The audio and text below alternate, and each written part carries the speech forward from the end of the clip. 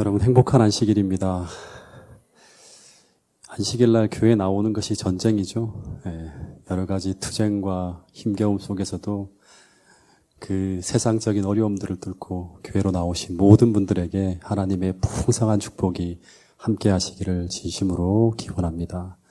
특별히 우리 김소홍 집사님, 또 우리 김영수 집사님, 여러 투병 중에 계신 분들 한 분 한 분을 하나님께서 헤아리셔서 특별한 은혜로 치유하여 주시기를 또한 간절히 간구드립니다. 또 오늘 우리 반가운 분이 한 분 오셨죠. 우리 이주성 우리 형제님, 또 오랜만에 또 교회를 찾게 되어서 진심으로 하나님께 축복해 주시기를 진심으로 바라겠습니다. 안 틀어도 됩니다, 장로님. 예. 예. 이 성경에서 말하는 이제 오늘 그 성경적 인간 교육의 기본 지침을 좀 이야기하려 하는데, 오늘 봉헌식도 있고 해서 특별히 그 자녀를 둔 우리 부모님들, 또 성경 교사들, 또 교회 지도자들, 또 우리 모두가 함께 드려야 될 굉장히 중요한 이야기들을 좀 함께 나누도록 하겠습니다. 이 말씀을 준비하며 저도 또한 다시금 새롭게 생각하게 되고 또 정리하게 되는 부분들이 있는데요. 이 성경에서 말하는 이 성서적 인간 교육의 기본 지침은 딱 두 가지입니다.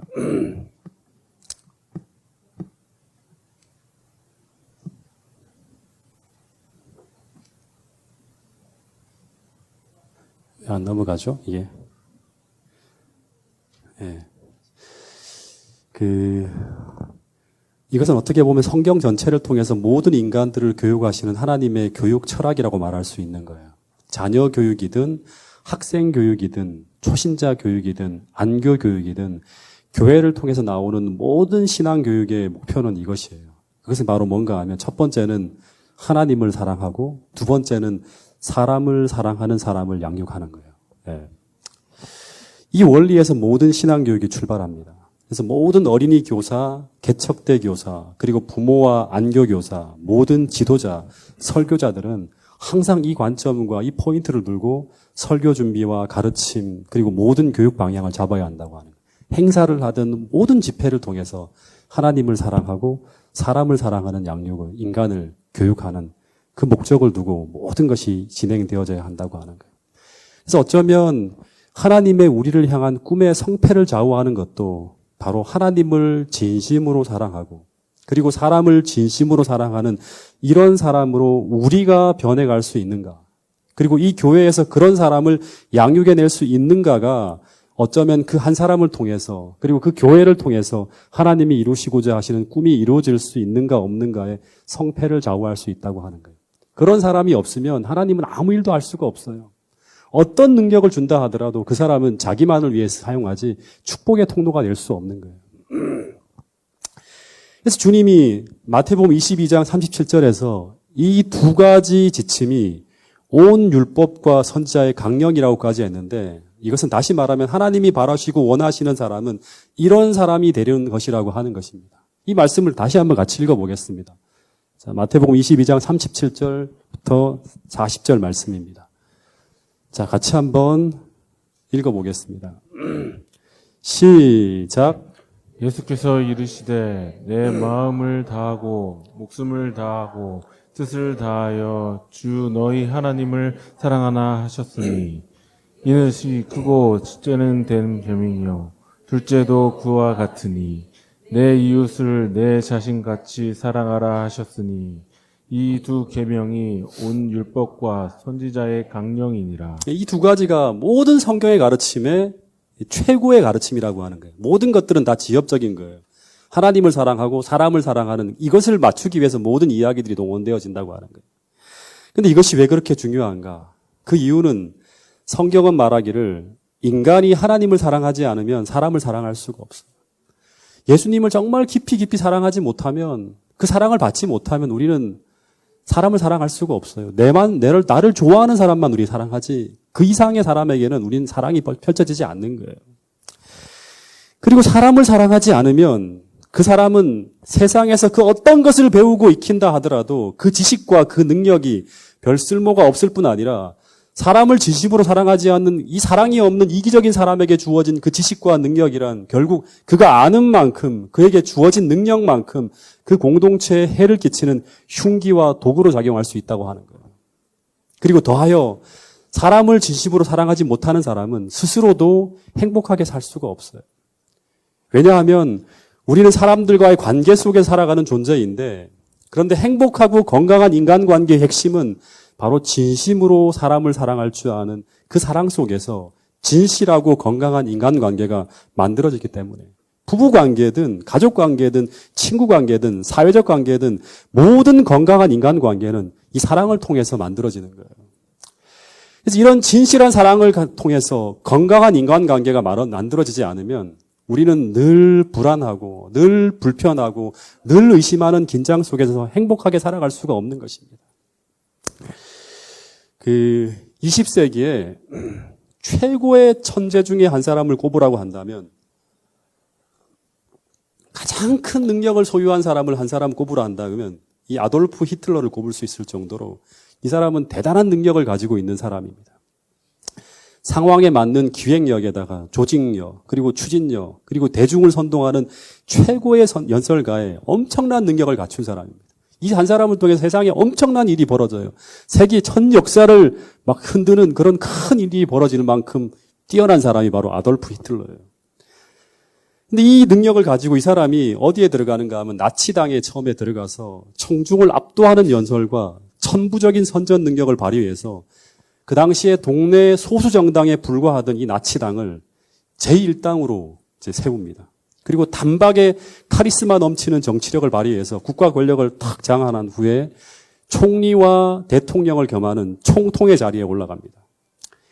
그래서 이 사랑 없는 사람이 그 능력으로 세상의 성공의 길을 막 달리는데 그래서 독일 최고의 권력 자리에 이제 앉게 되었잖아요.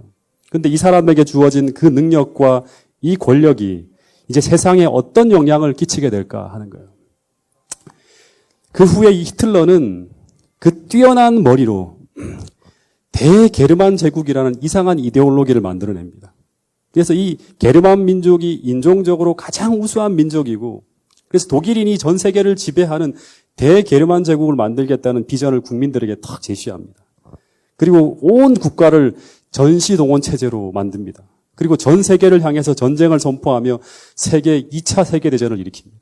그리고 그 뛰어난 머리로 전쟁에 승승장구해요. 잠시 동안. 폴란드를 시작으로 해서 프랑스를 비롯해서 유럽의 대부분의 나라들이 다 독일에 넘어갑니다. 근데 그 결과 어떤 일이 벌어지는가 하면 전 세계가 전쟁터가 되어지고 1,000만 명이 넘는 어마어마한 귀한 목숨이 이 뛰어난 천재인 이 아돌프 히틀러의 머리에서 시작된 그 참혹한 전쟁에 희생되어집니다. 세상에 한 사람의 뛰어난 능력에 의해서 전 세계가 지옥으로 변해버리는 거예요. 그리고 더하여서 그 이데올로기의 희생양으로 그리고 정치적 수단으로 유대인을 사라져야 할 세균과 콜레라로 규정합니다.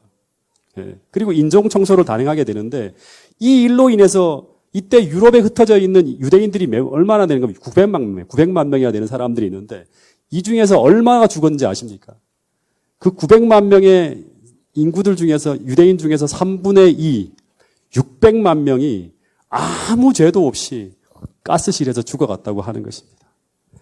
여러분, 이 히틀러는 다른 사람들이 따라올 수 없는 탁월한 능력을 소유한 사람이었는데 그런데 그 천부적 재능이 발휘되면 발휘될수록 세상은 그 사람의 영향력으로 인해서 지옥으로 변해가고 무고한 수천만 명의 사람이 생명을 잃게 되는 일이 벌어졌다고 하는 거예요. 이 사랑 없는 사람으로 말미암아. 그리고 그의 끝은 자살로 끝이 납니다. 이 사람은 사람이란 인간이란 사랑의 대상이나 귀한 존재가 아니라 어떤 목적을 위해서 사용되어질 수 있는 소모품으로 다 취급해버리는 거예요. 여러분, 그런데 만일 이 히틀러가 그런 사랑이 없는 사람이 아니라 그가 만일 하나님을 사랑하고 진정 사람을 사랑하는 진실한 그리스도인이었다면 그에게 주어진 그 탁월한 능력을 통해서 세상 역사는 어떻게 달라졌을까 하는 것입니다. 또 그의 최후는 어떻게 달라졌을까 한번 생각해 볼 수 있겠죠. 여러분, 그래서 기억해야 될 것은 그 어떤 재능과 능력에 앞서서 먼저는 우리 속담에 그런 말이 있죠. 먼저는 뭐가 되어야 한다?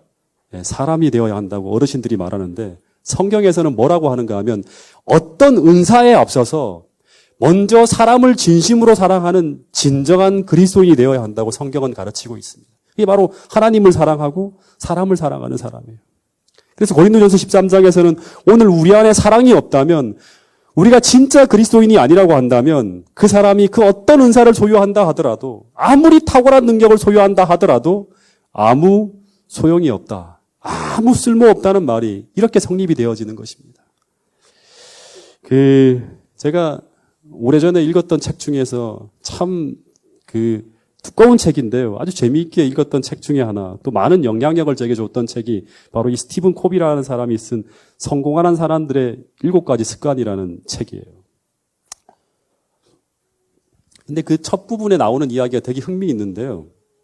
이 사람이 미국 건국 이래 200년간 미국에서 출판된 성공과 관련된 모든 문헌을 다 연구해 봤대요.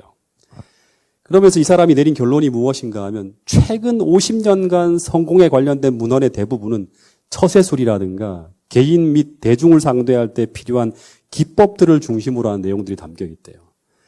근데 이와 대조적으로 미국 건국 후에 처음 150년 동안 나온 대부분의 문헌들의 성공의 기초를 이루는 내용들이 뭔가 하면 내적 품성에 초점을 맞추고 있다고 하는 거예요.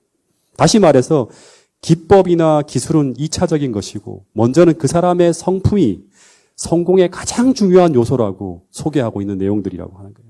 다시 말해서 성품이 결점투성이이고 이중적이고 불성실한 사람은 단기간 어떤 결과를 낼 수 있을지 모르지만 이 히틀러처럼 지속적인 성공의 토대가 없는 사람이라고 하는 것입니다. 다시 말해서 기본적으로 선한 성품을 갖추고 있을 때 성경에서는 뭐라고 하는가 하면 하나님을 사랑하고 사람을 사랑하는 게 기본적인 선한 성품이죠. 그죠? 이것을 갖추고 있을 때 커뮤니케이션 기술이라든가 리더십의 기술, 이런 기법도 쓸모가 있는 것이라고 이야기하고 있습니다. 여러분, 그럼 이제 정말 중요한 게 뭔가 하면, 어떻게 우리가 사람을 진심으로 사랑하는 사람이 될 수 있을까 하는 거예요. 그런 사람은 어떻게 만들어지는가 하는 것입니다. 그것이 단지 이런 몇 마디에 사랑해야 한다고 말하는 이런 가르침을 들어서, 어떤 설교 한두 편을 들어서 우리가 진심으로 사람을 사랑하는 사람이 될 수 있는가? 그것은 절대 아니라고 성경은 이야기합니다. 성경은 말하기를 우리를 만드신 하나님을 성경에서는 사랑이라고 하는데, 성경은 우리가 하나님을 진심으로 사랑하게 될 때, 그때 그와 동시에 우리 안에서 벌어지는 현상이 바로 뭔가 하면, 내 이웃을 내가 사랑할 수 있는 하나님의 사랑이 내 안에서 시작되어진다고 합니다. 이게 성경의 정말 중요한 원리예요. 제가 시대의 소망을 제가 즐겨 읽는데 예수님에 대한 이런 이야기가 계속 나와요. 주님의 어린 시절과 청소년 시절을 이야기하는데, 그분은 자신의 주변에 힘들고 지친 어려움 속에 있는 모든 사람들을 지나치지 않으셨다는 이야기입니다. 심지어 예수님은 말 못하는 동물에게까지 깊은 동정을 나타내는 분이었고, 그분은 어떤 순간에도 그분 곁에 있는 어려운 사람들에게 이 동정의 손길을 펼쳤다고 하는 그런 이야기가 나옵니다.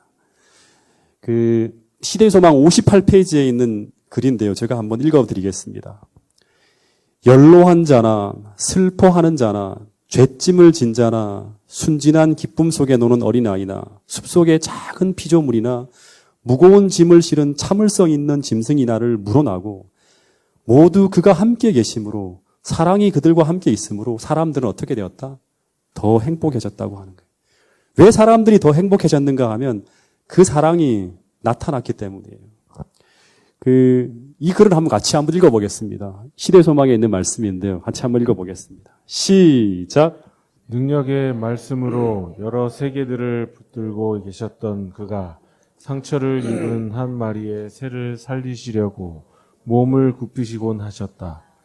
그의 주목을 끌지 못한 것은 하나도 없었으며 가치가 없다고 생각하시고 봉사하지 않으신 것은 하나도 없었다. 네, 다시 말해서 그 어떤 존재도, 심지어 상처 입은 한 마리의 미물이라도, 주정뱅이도 그 사람들이 고통을 당하고 있을 때 그분은 몸을 굽히시고 깊은 동정심을 가지고 진실한 사랑을 가지고 그들을 위해 수고하고 봉사하시는 분이 바로 정말 사랑이 깊으신 예수님이라고 하는 거예요. 그래서 한번 생각해 보는데요. 만약 이런 사랑을 소유한 예수님이 오늘 우리 교회에 계시다면 그런 사랑을 소유한 사람이 오늘 우리 곁에 있다면 그 사람이 머무시는 그곳은 그 따뜻하고 진실한 사랑이 존재함으로 말미암아 이곳이 더 행복한 곳이 될 수 있다고 성경은 이야기하는 곳입니다. 여러분, 저는 이런 예수님을 닮은 사람이 되었으면 참 좋겠다는 생각을 참 많이 해보곤 합니다. 이 시대의 소망을 읽을 때마다 그런 마음이 계속 제 마음속에 들어와요. 그리고 이런 사랑을 가진 사람들이 함께 모여서 행복한 천국을 만드는 곳, 그곳이 바로 파주중앙교회가 되기를 진심으로 소망합니다. 근데 정말 고민이 되는 것은 무엇인가 하면 이런 구호만 가지고 될 수 있는 게 아니라고 하는 거예요. 어떻게 하면 나는 이런 사랑이 가득한 그런 하나님을 닮은 사람이 될 수 있는가 하는 것이고, 그리고 더 나아가 우리 어린 자녀들에게 어떻게 이 사랑을 가르칠 수 있는가 하는 게 우리의 고민이 되어야 한다고 하는 것입니다. 그 물음에 대한 대답이 바로 뭔가 하면 신명기 6장 4절부터 이어지는 내용이에요. 구약 성경에서 제일 유명한 성경절, 어떻게 보면 제일 중요한 강령이라고 할 수 있는 성경절이 쉐마라고 부르는 신명기 6장 4절부터 9절의 말씀입니다. 이 말씀을 같이 한번 읽어보겠습니다. 시작. 이스라엘아 들으라. 우리 하나님 여호와는 오직 유일한 여호와시니 너희는 마음을 다하고 뜻을 다하고 힘을 다하여 내 하나님은 여호와를 사랑하라.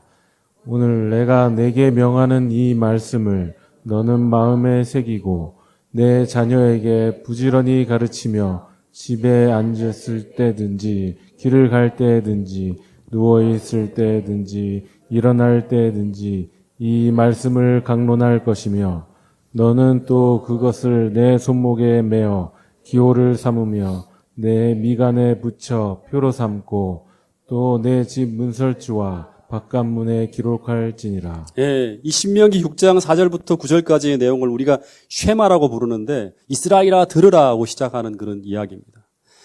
이스라엘 백성들은 매 아침 저녁 기도문으로 이 성경절을 읽고 암송했던 부분이 바로 이 성경절이라고 합니다. 다시 말해서 그만큼 이 성경절을 이스라엘 백성들은 중요하게 생각했다고 하는 거예요. 근데 그 쉐마의 첫 번째 내용이 뭔가 하면 먼저 너는이에요. 너는. 부모는, 교회 지도자들은 마음을 다하고 뜻을 다하고 힘을 다하여 내 하나님 여호와를 사랑하라고 하는 거예요. 그리고 두 번째는 그 마음을 가지고 너희가 너희 자녀들을 진심으로 하나님을 사랑하는 사람으로 양육시키기를 바란다면 너는 이러한 방법을 따르라고 하는 것인데, 그런데 그 방법의 결론부터 이야기하면 먼저 하나님의 말씀을 사랑하는 사람으로 만들어야 한다고 하는 거예요. 여러분, 보이지 않는 하나님을 어린아이들이 볼 수 없어요. 보이지 않는 하나님을 사랑할 수가 없어요. 근데 어떻게 어린아이들이 하나님을 사랑할 수 있을까? 그 답은 신명기 6장을 읽어보면 바로 하나님 말씀을 사랑하게 하는 거예요. 다시 말해서 자녀들에게 어떻게든 말씀을 가까이 하게 하고 낯설지 않게 하고 친숙하게 하고 재미있게 하고 의미 있게 하고 흥미 있게 깨닫게 해서 평생 친구처럼 가까이 하게 하고 더 나아가서 말씀을 통해서 인생의 지혜를 발견하게 하고 그리고 더 나아가 말씀을 신뢰하게 하여서 결국 말씀을 사랑하는 아이로 키워나갈 때 그 아이는 결국 하나님을 사랑하는 아이로 성장해서 하나님께서 목적하고 꿈꾸는 내 이웃을 내 몸과 같이 사랑하는 예수님과 같은 사람으로 만들어져서 정말 하나님이 세상에서 이루시고자 하시는 큰 축복의 통로가 될 수 있는 그런 축복의 도구가 될 수 있게 된다고 하는 것입니다. 여러분, 신명기에서 이야기하는 그런 사람으로 그렇게만 길러낼 수 있다면 그 다음 신명기의 그 다음 구절을 한번 돌아가서 읽어보세요. 읽어보면 상상할 수 없는 하늘의 축복들이 그 한 사람을 통해서 세상에 흘려보내지는 그런 축복의 사람이 될 수 있도록 하나님께서 만드시겠다는 꿈이 담겨있는 글이 바로 신명기서의 이야기예요. 그 사람이 바로 신명기 28장의 축복의 사람이에요. 들어갈 때든지 나갈 때든지 하나님께서 복을 허락하시고 네가 하는 모든 일에 하늘의 모든 보고를 열어서 너를 위해 쏟아붓겠다고 하는 거예요. 너로 하여금 세상을 치유하고 복되게 하는 그 모든 일을 하나님을 진심으로 사랑하고 사람을 사랑하는 그 한 사람을 통해서 일을 이루어내겠다고 하는 거예요. 그런 사람들이 성경의 믿음의 도덕들로 등장하는 걸 볼 수 있습니다.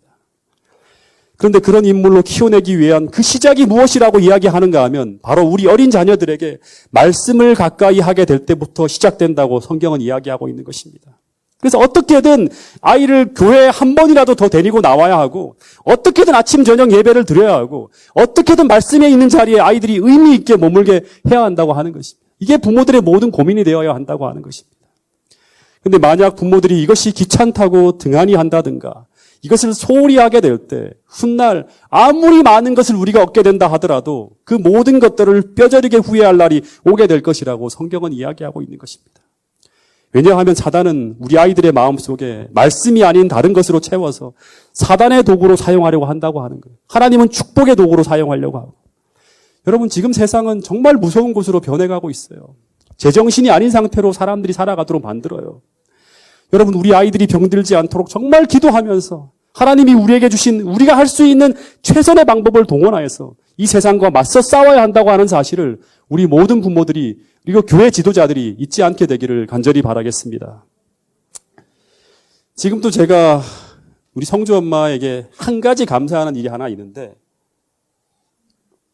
저 사람이 제가 대학원을 다닐 때 저희가 맞벌이로 계속 일하고 있어서 우리 아이들을 제대로 돌볼 수가 없었어요. 그래서 몇 년이 시간이 지나면서 정말 아쉽고 우리 아이들에게 미안하고 안타까운 시간들이 몇 년을 쭉 흘러갔는데, 근데 아이들이 이 사람 저 사람의 손에 계속 맡겨지고 우리가 돌볼 수 있는, 우리가 함께 보낼 수 있는 시간이 굉장히 적어졌어요. 근데 그때 이제 큰 아이가 한 5살, 6살이었고 그리고 작은 아이가 2살, 3살이었는데 아내가 하루 종일 일하고 난 다음에 이제 아이들도 하루 종일 뛰어다니잖아요. 그렇죠? 그래서 그 저녁만 되면 지쳤는데 그 아이들 둘을 데리고 화요일, 금요일 저녁 예배 시간에 교회 가는 것이 쉽지 않았어요. 그 양주에서 의정부에 있는 교회까지 저녁 시간대가 되면 차가 굉장히 많이 밀리고 해서 막힐 때는 1시간 이상 걸리는 시간이었습니다. 안 막히면 금방 가는데 당시 항상 저녁 시간이 막히는 시간이었습니다. 근데 이 사람이 어느 순간 결심을 하더니 아이들 밥을 그냥 토스트 가게, 이삭 토스트라는 가게 가고 이 사람이 다니는 직장 바로 앞에 있었는데 거기서 한두 개를 사가지고 버스를 탑니다. 그리고 비가 오는 날이나 눈이 내리는 날이나 추운 날이나 더운 날이나 하루도 안 빠지고 그 2살배기 다인이는 들쳐업고 5살짜리 그 유치원생인 성주는 손을 잡고 데리고 교회로 가는 거예요. 심지어 제가 지금도 기억하는데 그 더그 배칠러 목사님이 2002년도 전도회를 했어요. 위성 전도회를 했는데 그때 성주가 이제 비가 오는 날이었는데 열이 펄펄 끓고 있는데 이 사람이 기도하면서 교회를 데리고 가는 모습을 제가 보았어요. 그때는 이 성주 엄마가 하는 일이 좀 지나치다 싶을 정도의 생각이 좀 들 때도 있었습니다. 좀 그런 날은 좀 아이를 데리고 돌보면 되는데 그냥 끌고 가는 거예요. 근데 그때 성주 엄마가 하는 말이 이런 말이었습니다. 내가 이 아이들에게 해줄 수 있고 물려줄 수 있는 가장 최선의 선물은, 최고의 유산은 말씀이 있는 곳을 중심으로, 다시 말해서 예배 중심으로 아이를 키우는 것이라고 생각했다고 하는 거예요. 근데 그때, 지금도 그때 그 아내의 결심과 그 행동에 대해서 저는 진심으로 고맙게 생각하고 있습니다. 여러분, 아이는 어린 시절을 스스로 선택할 수가 없어요. 그래서 부모의 선택에 따라 그 아이의 인생이 크게 영향받을 수밖에 없다고 하는 거예요. 그래서 아이에게 가장 큰 영향을 주는 환경은 바로 뭔가 하면 바로 부모예요. 그래서 아이들은 그 시간 부모가 무엇을 하고 있는가에 큰 영향을 받게 돼요. 어떤 부분에 열심을 내고 있는가. 특별히 아이가 어리면 어릴수록 그 영향은 정말 더 크다고 하는 거예요. 성경에 보면 12살까지의 모든 아이들의 어떤 그런 품성이 다 형성되잖아요. 그때 최고 영향을 받잖아요. 그렇죠? 여러분, 부디 파주중앙교회 모든 부모들이 이 하나님의 말씀을 따라서 아이가 있고 머물러야 할 가장 좋은 곳에서 아이들이 가장 좋은 영향을 받고 가장 좋은 경험을 하며 성장할 수 있도록 늘 최선의 선택을 하실 수 있는 파주중앙교회 부모님들이 될 수 있기를 간절히 바라겠습니다. 그리고 아울러 교회 모든 지도자들은 이 아이들이 바르게 건강하게 신앙적인 교육을 받으며 성장할 수 있는 환경을 만들기 위해서 우리도 마찬가지로 가장 중요한 환경이 될 수 있다는 생각을 하시면서 그 아이들에게 친절하고 따뜻하고 자애로운 하나님의 품성을 계속 느낄 수 있도록 그렇게 지도할 수 있는 우리 모두가 될 수 있기를 간절히 바라겠습니다. 또 하나 이 구절을 통해서 놓치지 말아야 될 것이 뭔가 하면 6절에 있는 말씀이에요. 이 6절은 바로 뭔가 하면 오늘 내가 내게 명하는 이 말씀을 어떻게 하라? 마음에 새기고라는 말이에요. 이 4절부터의 내용을 보면 하나님은 이스라엘아 들으라. 우리 하나님 여호와는 오직 하나인 여호와시니 너는 마음을 다하고 성품을 다하여 내 하나님 여호와를 사랑하라. 그리고 오늘날 내게 명하는 이 말씀을 먼저 너가, 부모인 너가 어떻게 하라? 마음에 새기고 그 다음에 내 자녀에게 부지런히 가르치라고 하는 게 순서예요. 다시 말해서 신앙이 올바르게 자녀에게 전승되어지려면 먼저 이 말씀들이 부모들의 마음에 새겨져야 한다고 하는 거예요. 이게 무슨 말인가 하면 먼저 부모가 진실한 신앙인이 아니라면 그 다음에 아이들을 가르치는 신앙교육은 아무 의미가 없을 수 있다고 하는 거예요. 이것은 안교 교사나 어린이 교사나 목사나 장로나 다 마찬가지입니다. 여러분 다시 말하지만 우리는 성경 지식을 전하는 사람이 아니에요. 성경 지식만을 전하는 사람이 아니에요. 우리는 하늘의 사랑을, 그 하나님의 사랑을, 그 마음을, 그 진실한 사랑을 사람들에게 가르쳐야 하는 사람들이에요. 그런데 그 사랑은 이런 몇 글자의 지식과 깨달음을 통해 전해지는 것이 아니라 그 사랑은 진실하게 사랑하는 사람들의 그 사랑의 모습을 통해서 피교육자가 느끼며 배우게 되는 것이 사랑이라고 하는 거예요. 그래서 하나님을 사랑하고 사람을 사랑하는 게 무엇인지 말로 가르치는 게 아니라 진짜 행동으로 보여줘야 되는 거예요. 그래서 부모가 그런 사랑을 실천하는 부모가 아니라면, 그래서 자녀들이 그런 하나님의 사랑을 부모의 모습을 통해 느끼지 못한다면 아이들에게 하나님의 사랑을 가르치고 그런 신앙을 심어주는 것은 대단히 어렵다고 하는 것입니다. 첫 번째 부모는 먼저는 하나님의 말씀을 마음에 새긴 참 신앙인이 되어야 한다고 하는 것입니다. 여러분, 그래서 아이들에게 가장 나쁜 환경은 위선적인 부모를 둔 가정입니다. 실제 그런 가정에서 자란 아이들은 거의 대부분 성인이 되었을 때 신앙을 떠나거나 혹은 기형적이고 이상하고 늘 신앙에 대해서 부정적인 시각을 가진 이상한 교인으로 전락하는 경우가 참 많습니다. 이것은 교회도 마찬가지입니다. 이 교회에서 자라는 모든 학생, 청년, 모든 초신자들은 보고 있다고 하는 거예요. 오늘 우리가 가르치고 추구하는 그 신앙이 진짜 신앙인인지, 진짜 신앙인지, 아니면 말로만 하는 쇼에 불과한 것인지 지켜보고 있다고 하는 것입니다. 근데 문제는 대부분의 부모들은 이런 환상을 꿈꾼다고 합니다. 나는 비록 이렇게 살아가지만, 이렇게 위선적으로 살아가고 있지만, 그러나 내 아이는 나와 다르게 진실하고 바르게 자라줄 것이라는 이런 환상을 꿈꾼다고 합니다. 여러분, 우리 속담에 이런 말이 있죠. 심은 대로 거두고 뿌린 대로 거둔다고 하는 거예요. 다시 말해서 우리가 아이들에게 뿌리고 있는 그 모든 과만은 지금 당장은 잘 보이지 않지만 10년, 20년 뒤에 열매가 되어서 반드시 거두게 된다고 하는 사실을 우리 모두가 잊지 않게 되기를 간절히 바라겠습니다. 그래서 오늘 우리 부모들이, 이 교회 지도자들이 우리가 진심으로 우리 자녀들을 사랑한다면, 또 우리의 성도들을 한 사람 한 사람들을 정말 우리가 진심으로 사랑한다면 자녀들을 위해서 먼저 부모가 줄 수 있는 최고의 선물은 바로 진실한 신앙을 통해서 하나님의 참 사랑을 아이들에게 몸소 보여주는 것이라고 하는 사실을 잊지 않게 되기를 간절히 바라겠습니다. 이 말씀을 같이 한번 읽어보겠습니다. 갈라디아서 6장 7절입니다. 시작. 하나님은 만홀히 여김을 받지 아니하시나니 사람이 무엇으로 숨진지 그대로 거두리라. 스스로 속이지 말라.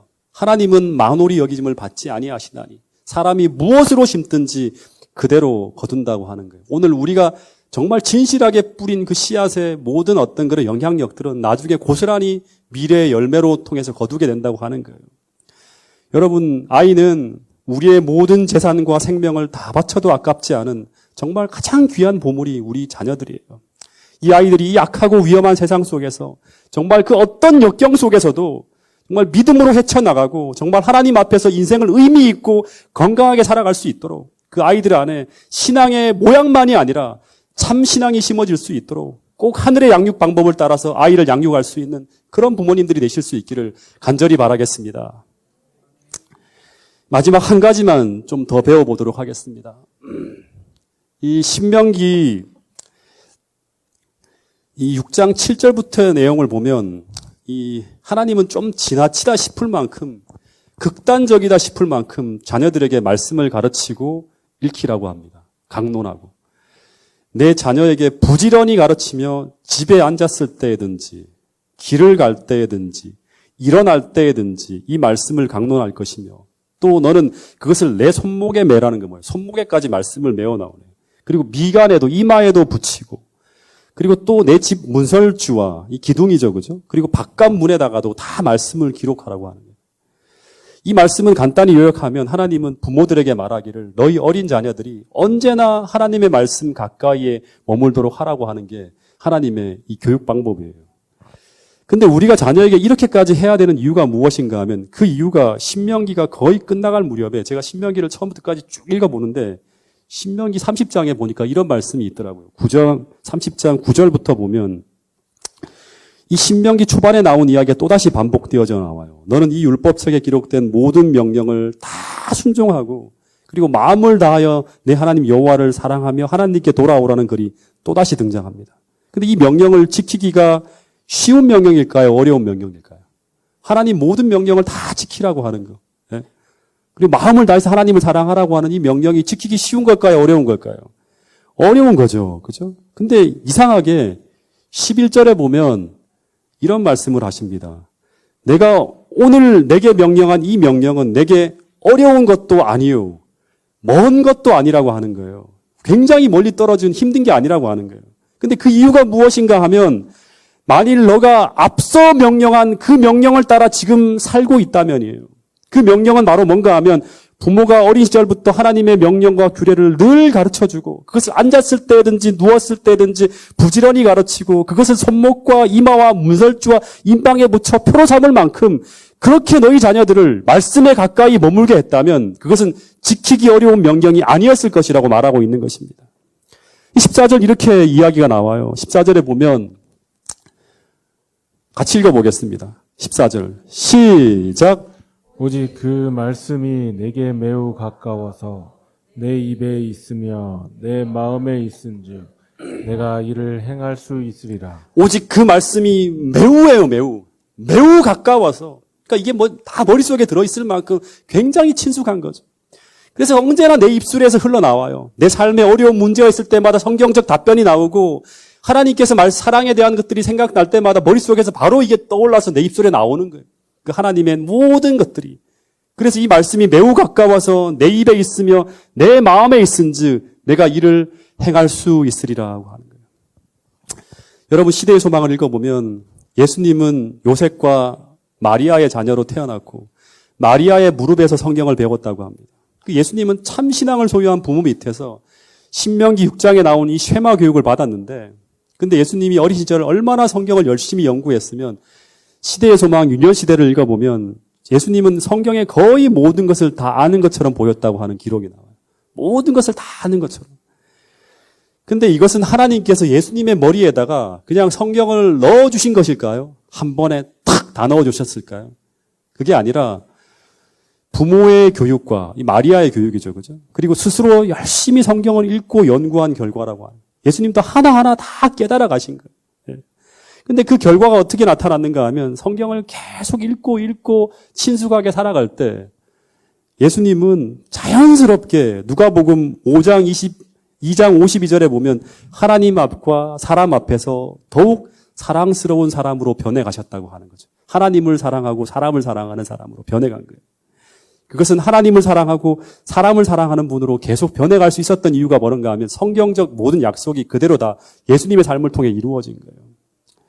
여러분, 이것은 예수님이기 때문에 이렇게 만들어진 것이 아니라 이것은 마리아가 예수라는 어린 자녀를 바르게 키우기 위해서 엄격하게 하늘과 협력한 결과라고 시대의 소망은 분명히 이야기하고 있습니다. 마찬가지로 하나님께서 오늘 우리에게 주신 이 어린 자녀들을 오늘 우리들도 꼭 성경 말씀을 중심으로 양육해 주시고 그 결과 하나님과 사람에게 사랑스러워가는 축복의 자녀로 우리 자녀들이 자랄 수 있도록 요셉과 마리아처럼 애써야 한다고 하는 사실을 우리 모두가 잊지 않게 되기를 간절히 바라겠습니다. 만일 그렇게만 우리가 키울 수 있다면 제가 정말 성경을 통해서 여러분들에게 약속할 수 있는 것은 그 환경에 노출되어져 자라는 사람은 하나님을 사랑하는 자녀로 커갈 뿐 아니라 부차적인 유익을 얻을 수 있다고 합니다. 동작에 있을 때 인근 교회에 계신 목사님께서 유대인 교육에 관한 논문을 쓰셨는데 이 교회도 아마 제가 오기 전에 1월 달에 아마 그런 유대인 교육에 대한 것들을 세미나를 열었다고 제가 얘기를 들었습니다. 근데 그분이 그 논문을 쓰면서 그 논문 한 권을 저한테 주셨어요. 읽어보라고. 그래서 그 책을 제가 쭉 읽어봤는데 굉장히 흥미로운 사실들이 참 많더라고요. 유대인 교육에 전 세계 모든 교육계가 관심을 갖는데 그 이유는 전 세계 인구의 유대인들이 몇 프로인가 하면 0.2%라고 합니다. 근데 이 0.2%의 유대인들이 현재 전 세계에서 가장 탁월한 사람들이 받는 노벨상의 22%를 휩쓸 만큼 유대인들의 탁월한 어떤 지성 때문에 모든 사람들이 관심을 받는다고 하는 거예요. 심지어 2013년도에는 노벨상 수상자 중에 12명 중에 6명, 50%가 다 유대인들이었다고 합니다. 그뿐 아니라 실제로 지금 미국 정계, 금융계, 과학계, 문학계 모든 곳에서 이 소수의 유대인들이 모든 것을 다 장악해서 세계를 이끌고 있다고 합니다. 그리고 이건 뭐 다른 얘기인데 타임지가 선정한 20세기 전 세계를 바꾼, 이 세계를 바꾼 3대 인물이 있대요. 전 세계 패러다임을 바꿀 만큼. 그 3대 인물이 누구인가 하면 그 중에 한 사람이 심리학자인 이 프로이드라는 사람이에요. 이 심리학에 대한 어떤 대가로서 이 사람이 써놓은 이 책, 이 어떤 그런 연구한 이것이 엄청난 어떤 패러다임을 바꿀 만큼 큰 역할을 했다 그럽니다. 두 번째는 경제학자로서 이 칼 막스라는 사람이에요. 예. 그리고 세 번째가 아인슈타인이라는 사람이죠. 특수상대성 이론을 이제 밝힌. 이 세 사람의 공통점이 뭔가 하면 모두 다 유대인이라고 하는 거예요. 모두 다. 예. 이뿐 아닙니다. 전 세계적으로 유명한 사람들은 저 사람이 누구일까 하면 전부 유대인이에요. 스티브 잡스, 빌 게이츠, 세계적으로 가장 창의적이고 가장 뛰어난 두뇌를 가진 예술가, 과학자, 전부 유대인이라고 하는. 하다못해 유명한 영화 감독인 인디아나 존스를 또 유대인이라고 하는 거죠. 다 유대인이에요, 다 유대인. 예. 근데 그 이유가 무엇일까요? 이 목사님의 논문의 핵심은 유대인의 교육 방법에 있었다고 하는 거예요. 그 교육 방법이라는 것은 유대인들은 토라를 암송해요, 첫 번째. 토라를 계속 성경을 암송하는 거죠. 그리고 토라를 공부하고 토라를 통해서 토론하는 거예요. 이게 유대인 학습법의 기본이라고 하는 거예요. 심지어 유대인 정착촌에까지 이분이 가서 봤는데 그 사람들은 오전 내내 성경만 가지고 계속 연구한대요. 그 아이들이 전부 다. 토라는 구약 성경입니다. 다시 말해 성경 속에 담긴 깊은 의미들을 생각하고 명상하면서 지혜를 키운 결과 세상의 역사를 주도하는 인물로 길러진다고 하는 거예요. 그렇게 생각하는 사고가 계속 후손들에게 이어진 거죠. 근데 이것은 3,500년 전에 주신 하나님의 자녀교육 지침이 세상적으로 통한다고 하는 거예요. 여러분 이제 결론을 좀 짓겠습니다. 그런데 이런 세상적인 성공은요, 부차적인 유익이고 하나님은 먼저 이스라엘 백성들이 하나님을 사랑하고 인간을 사랑하는 사람으로 만들어지는 것이 먼저였어요. 이 성경 말씀을 통해서. 그래서 만일 이스라엘이 그렇게만 변해갔다면 하나님은 신명기 28장의 약속을 통해서 이스라엘이 세상의 머리가 되고 지금 이게 전 세계를 주배하는 그런 유대인들처럼 전 세상의 머리가 되고 하나님의 영광을 세상에 드러내는 축복의 통로가 하시려고 하셨다는 것이 신명기 이야기의 하나님의 진짜 목적이었다고 하는 것입니다. 그런데 그들은 하나님을 사랑하는 사람, 그리고 사람을 사랑하는 사람으로 성장하는 데는 실패합니다. 왜냐하면 그들은 축복의 통로가 되는 것이 아니라 축복의 결과인 세상적 위대함만을 먼저 구했기 때문에 실패하게 됩니다. 다시 말해서 기초가 잘못 놓여진 것이죠. 그래서 능력은 있었지만 그들은 하나님의 축복을 받지 못해서 결국 나라가 망하는 거예요. 나라가 망하는 거예요.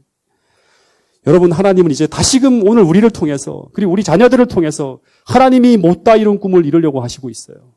이 마지막 시대 세상에 하나님의 영광을 위해 살아가는 그런 인물들을 키워내시려고 한다고 하는 거예요. 여러분, 오늘 우리 모두가 우리 어린 자녀들이 이 역사의 마지막에 세상에 하나님의 축복의 통로가 되어질 그런 사람들로 키워낼 수 있기를 위해서 하나님의 도움을 구할 수 있는 우리 모두가 될 수 있기를 간절히 바라겠습니다.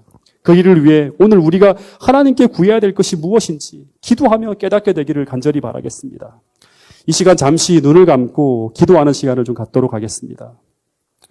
여러분, 정말 이 마지막 시대 이 유혹이 많고 죄악이 창궐하는 이 세상 속에서 정말 우리 아이를 바르고 거룩하고 건강한 심신을 가진 그런 아이로 신앙 안에서 바르게 양육하는 것이 정말 쉽지 않은 시대를 우리가 지나가고 있다고 하는 사실을 우리가 꼭 기억해야 됩니다. 이 시기에 오늘 부모된 우리가 해야 될 일이 무엇인지 알기 위해서 우리는 날마다 어떻게 해야 될지를 놓고 하나님께 기도하며 자녀를 위해서 구해야 한다고 하는 사실을 잊지 않게 되기를 간절히 바라겠습니다. 우리가 그냥 풀어놓고 아이를 양육하면 그냥 잘 키워지겠지. 이것은 절대 오산입니다. 왜냐하면 거룩하지 않은 존재가 계속 우리 아이를 노리고 있기 때문에 그렇습니다. 여러분, 잘못 놓여진 건물은 무너지게 된다고 합니다. 기초가 잘못 세워지면 정말 다시 고치기가 어렵습니다. 그래서 아직 아이들이 어린 시절 이 소중한 아이에게 남겨주어야 하고 심어주어야 할 이 성경적 바른 가치관이 심어질 수 있도록 오늘 우리가 무엇을 해야 되는지 가르쳐달라고 하나님 앞에 간절히 기도할 수 있는 우리 모두가 될 수 있기를 간절히 바라겠습니다. 뿐만 아니라 교회 모든 지도자들도 우리 아이들을 위해서 공동 양육하는 그런 심정을 가지고 최선을 다해서 하나님께 기도하며 우리 애들에게 맡기신 이 아이들을 하나님의 방법을 따라 바르게 양육할 수 있도록 그렇게 기도하는 사람이 될 수 있기를 바라겠습니다.